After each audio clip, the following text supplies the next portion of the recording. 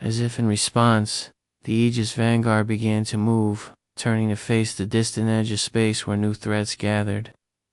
Its engines ignited once more, brighter than before. A declaration written in light. The comms activated again. "Commander," Aerith Ward's voice came through, calm but edged with iron. "We're picking up more hostiles. Stay behind us. We won't let them reach you." Aerith inclined her head, though she knew he couldn't see it. "We trust you, Captain." It was a simple statement, but one that carried the weight of everything that had just transpired. Far out in the void, shapes began to emerge. Sleek, jagged silhouettes Strexian warships, more numerous, more aggressive. They had come expecting easy prey. Instead, they found humanity. The first shots were fired before words could be exchanged. Crimson beams tore through space, aimed directly at the human vessel. This time, the Aegis Vanguard didn't just endure, it advanced. Full power to forward shields, Ward commanded. Target their command ships first. Break their coordination. Aye, Captain. What followed was not just a battle, it was a demonstration. Human weaponry adapted mid-fight, recalibrating with each volley. Defensive systems shifted dynamically, absorbing and redirecting incoming fire with near-intelligent precision. "They're learning as they fight," Aerith whispered, watching in awe. Draxian ships fell faster this time. Their numbers, once an advantage, became a liability as the human warship exploited every weakness, every hesitation. One enemy cruiser attempted to flank only to be intercepted by a precise barrage that disabled its engines before it could even fire. Another tried to retreat, but the humans did not allow threats to linger. "They leave nothing unfinished," the Cathari tactical officer said quietly. On the human bridge, alarms flickered briefly, minor damage, quickly contained. Ward didn't flinch, maintained pressure. End this. Minutes later, it was over. The void, once again, fell silent. But this silence carried a different meaning now. It was not the quiet of despair. It was the quiet of certainty. Back on the comms, Ward's voice returned. "All hostile forces eliminated. You're clear." Aerith allowed herself a slow breath. "Twice now, you have stood between us and extinction," Ward replied without hesitation. "That's what we do." She studied the image of the human captain, understanding something profound in that moment. Humanity didn't just survive the darkness, they challenged it. And when they answered a call for help, they didn't just arrive, they made sure no one would ever need to ask twice. For a long time, no one spoke. Not on the Velenora, not even on the human warship. The aftermath of absolute victory had a gravity of its own, one that demanded silence, reflection, and understanding. Aerith finally broke it. "Captain Ward, your people fight as if the outcome is already decided." Ward's image flickered slyly as he considered her words. "Not decided," he said. "Just unacceptable to lose." That answer lingered. Aboard the Cathari ship, restoration efforts had progressed beyond survival. Systems were coming back online. Lights returned to corridors once shrouded in darkness. For the first time since the attack, the ship felt alive again. "Commander," the engineer and officer reported, "their teams have repaired our primary engines to minimal functionality. Not enough for full travel, but enough to assist in controlled movement." Aerith nodded. "They're giving us back our independence." On the Aegis Vanguard, a different kind of preparation was underway. Navigation charts shifted, plotting a course far beyond the Kethri's original trajectory. "Space. We'll have to escort them," one officer noted. "They won't survive another encounter alone." Ward crossed his arms, gaze steady. "Then we don't leave them alone." Back on the comms, Aerith received the proposed route. "You intend to guide us all the way to your territory?"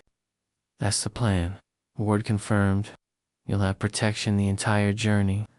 Aerith hesitated, not out of fear, but disbelief.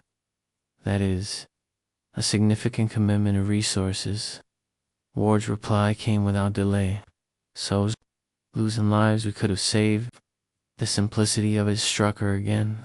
As preparations finalized, the two ships began moving in tandem, one scarred and recovering, the other unyielding and watchful. Together, they slipped into the deeper currents of space, leaving behind the battlefield that had nearly become a grave. Days passed. During that time, something unexpected began to happen. The Cathari and the humans started to talk, not through command channels, but through shared work, shared stories, shared existence. Barriers of language and biology gave way to curiosity and cautious respect. They laugh. Even after battle, one Cathari observed, watching a group of human engineers joke lightly as they worked. They rebuild faster than they grieve. Another added. Aerith found herself speaking more frequently with Captain Ward. What began as formal exchanges slowly turned into conversations about tactics, about exploration, about the unknown dangers that lurked beyond mapped space. You came from far away to answer a signal you didn't understand, she said during one such exchange. Is that common for your kind? Ward leaned back slightly, thinking. Not always. But it's something we try to live up to. And if the risk had been greater, she pressed. If you had lost, he met her gaze evenly. Then at least we wouldn't have ignored someone who needed help. That answer stayed with her longer than she expected. As they neared the edge of human territory, long-range sensors began to pick up something new. Structures massive, ordered, unmistakably artificial. Stations, fleet, defensive grids. The Cathari sensor officer reported in AAW. Their space is fortified. Aerith stood at the viewport, watching distant lights form patterns that spoke of power, unity, and vigilance. Not just warriors, she murmured. Builders, protectors. The comms activated one more time. Welcome to turn. Space, Ward said. You're safe here. Safe. This time, the word didn't feel foreign at all. As the damaged Velinora crossed the invisible boundary, escorted by the warship that had roared out of nothing to save him, Aerith understood something that would echo far beyond this moment. In a universe that had taught her to expect silence, humanity had answered. And they had not just brought rescue, they had brought a promise. The first Terran station came into full view hours later. Colossal structure orbiting a blue-white star, its surface alive with movement, light, and purpose. Ships of countless designs moved in organized streams, guided by invisible hands and flawless coordination. The Cathari crew gathered at every viewport they could find. Some stood in silence. Others whispered in awe. This was not just a civilization.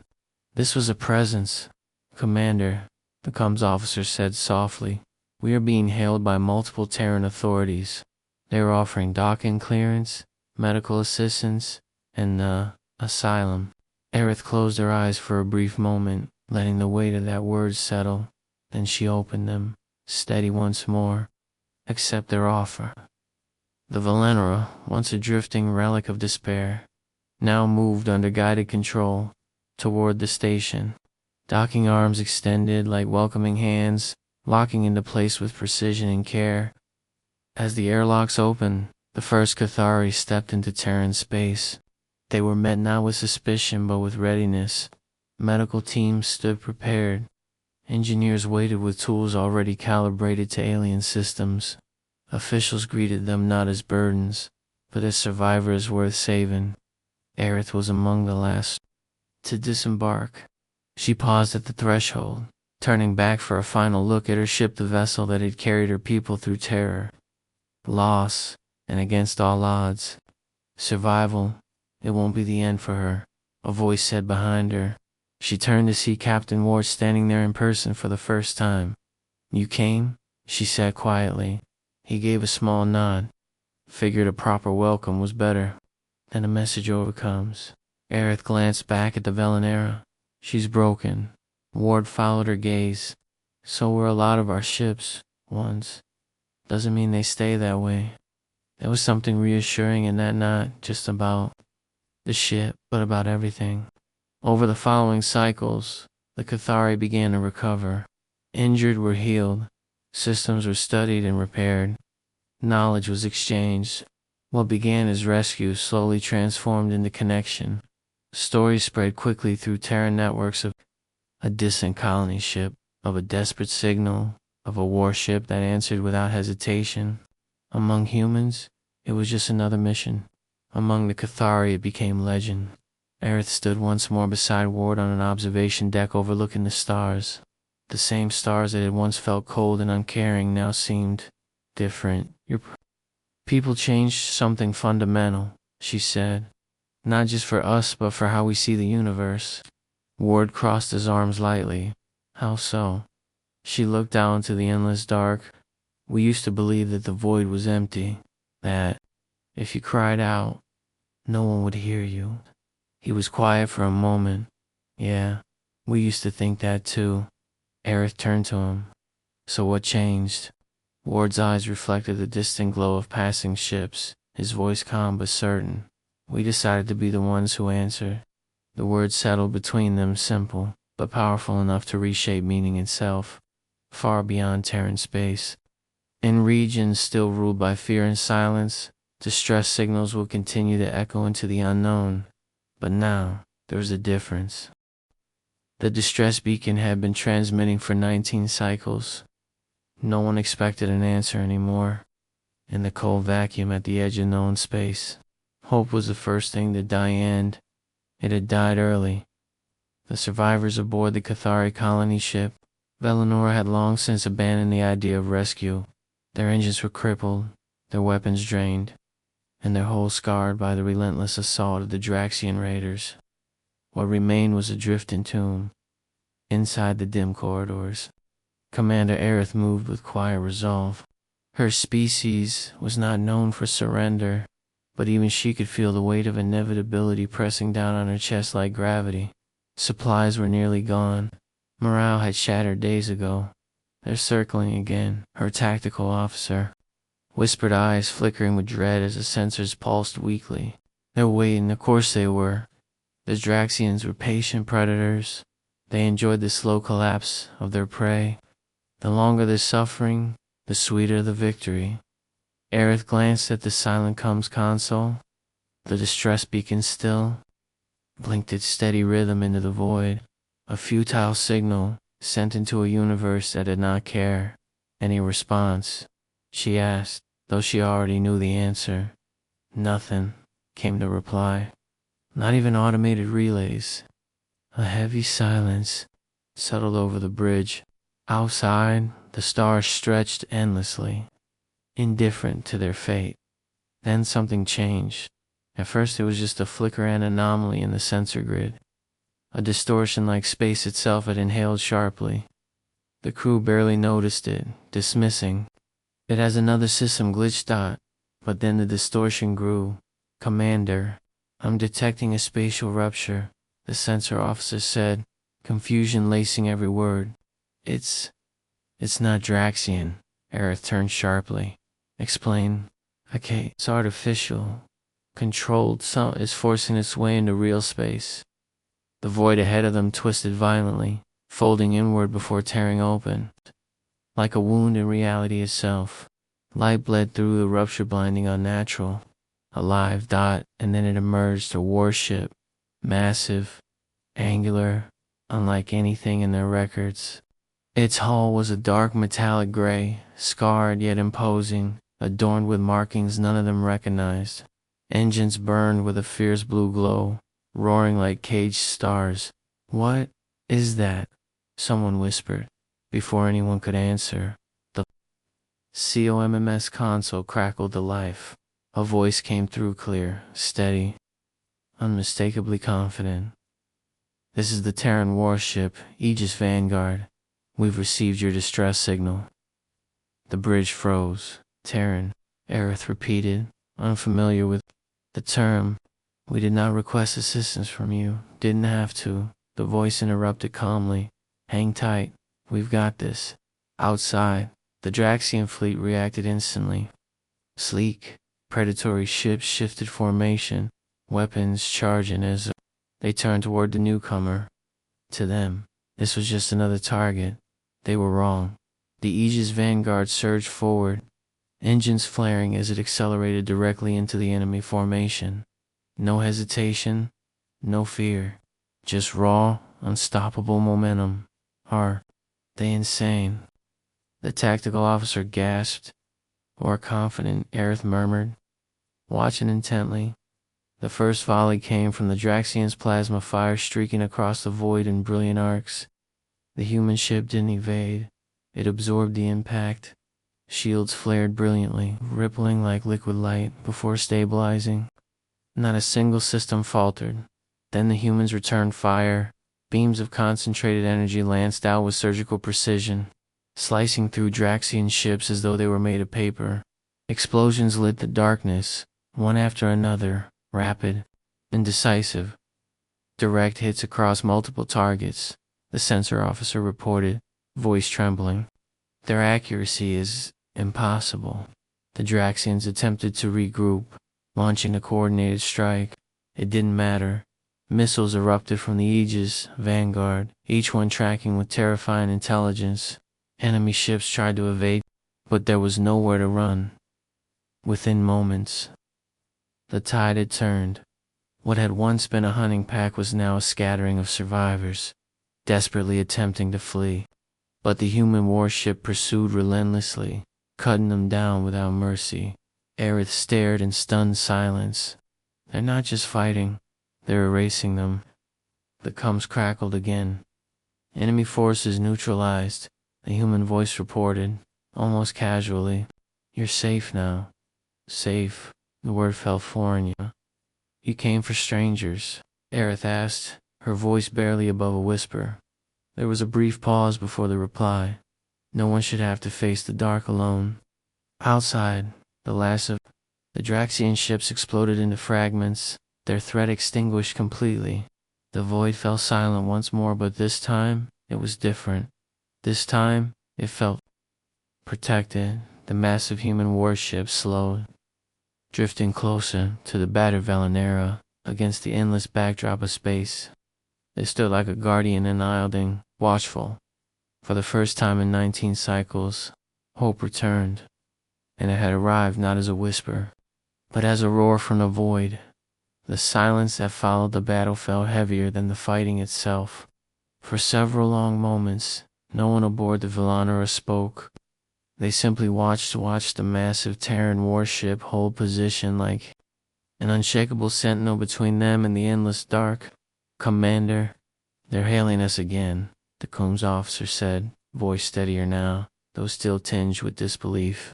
Aerith straightened, regaining the composure expected of her rank. On screen, the display flickered, revealing a figure unlike any they had ever seen. A human.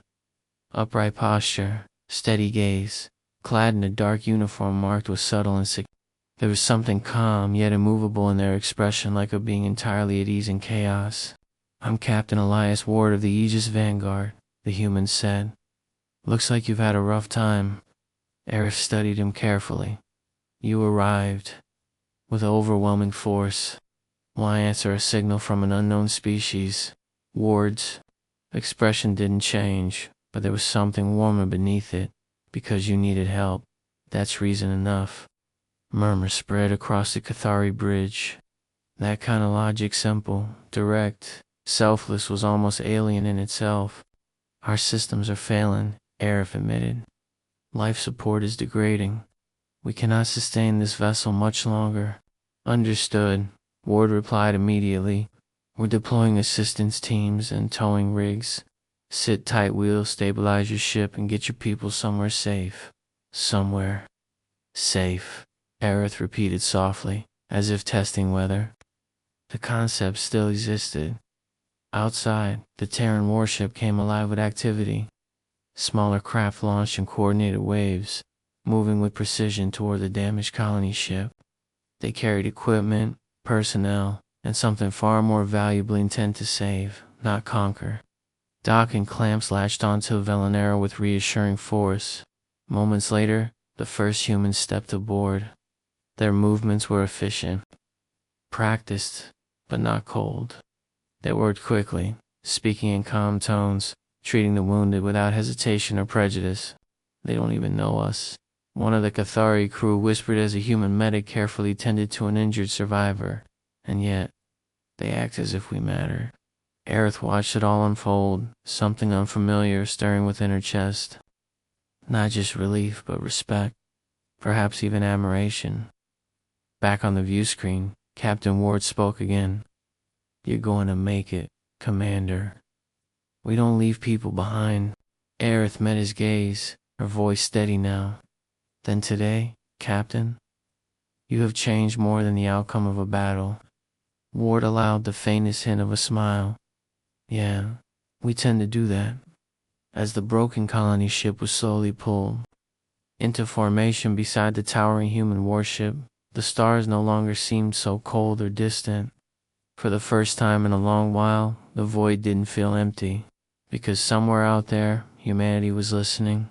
And when they answered, they didn't come quietly. The combined fleet, one wounded, one unbreakable, drifted together through the silent expanse. For the Cathari, every passing moment still felt unreal, as if the universe had abruptly rewritten the rules they had come to accept. Rescue was not supposed to happen this far out. Not like this.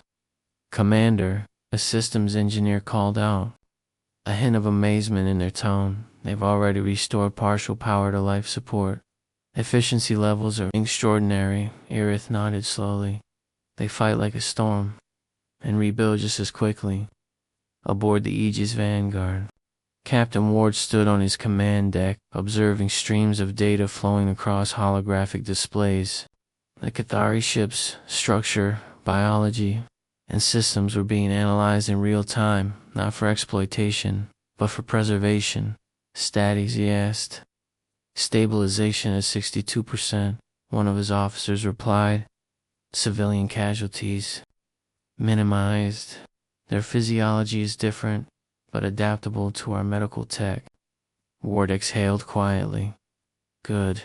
Keep pushing. I want them fully stable before we initiate long-range transit." "Sir," another officer interjected, "we've detected faint signatures at the edge of sensor range. Possible Draxian reinforcements." The room shifted instantly. Calm turned to readiness. Ward's eyes sharpened.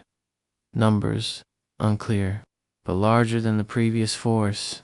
A brief silence followed, then Ward gave a single, decisive nod. "Then we make sure this ends." Here, back aboard, the Villanor Aerith received the update moments later. "They're coming back," her tactical officer asked, dread creeping back into their voice. Aerith looked out at the human warship, its massive frame glowing faintly against the darkness this time. Her expression did not falter. "Then they will face the same fate." Because somewhere out there, ships like the Aegis Vanguard were listening. And when they came, they didn't come quietly. They didn't come uncertain. They came roaring from the void, with the fire of defiance, the weight of compassion, and a promise written in every star they crossed. No one is alone anymore. Asterisk.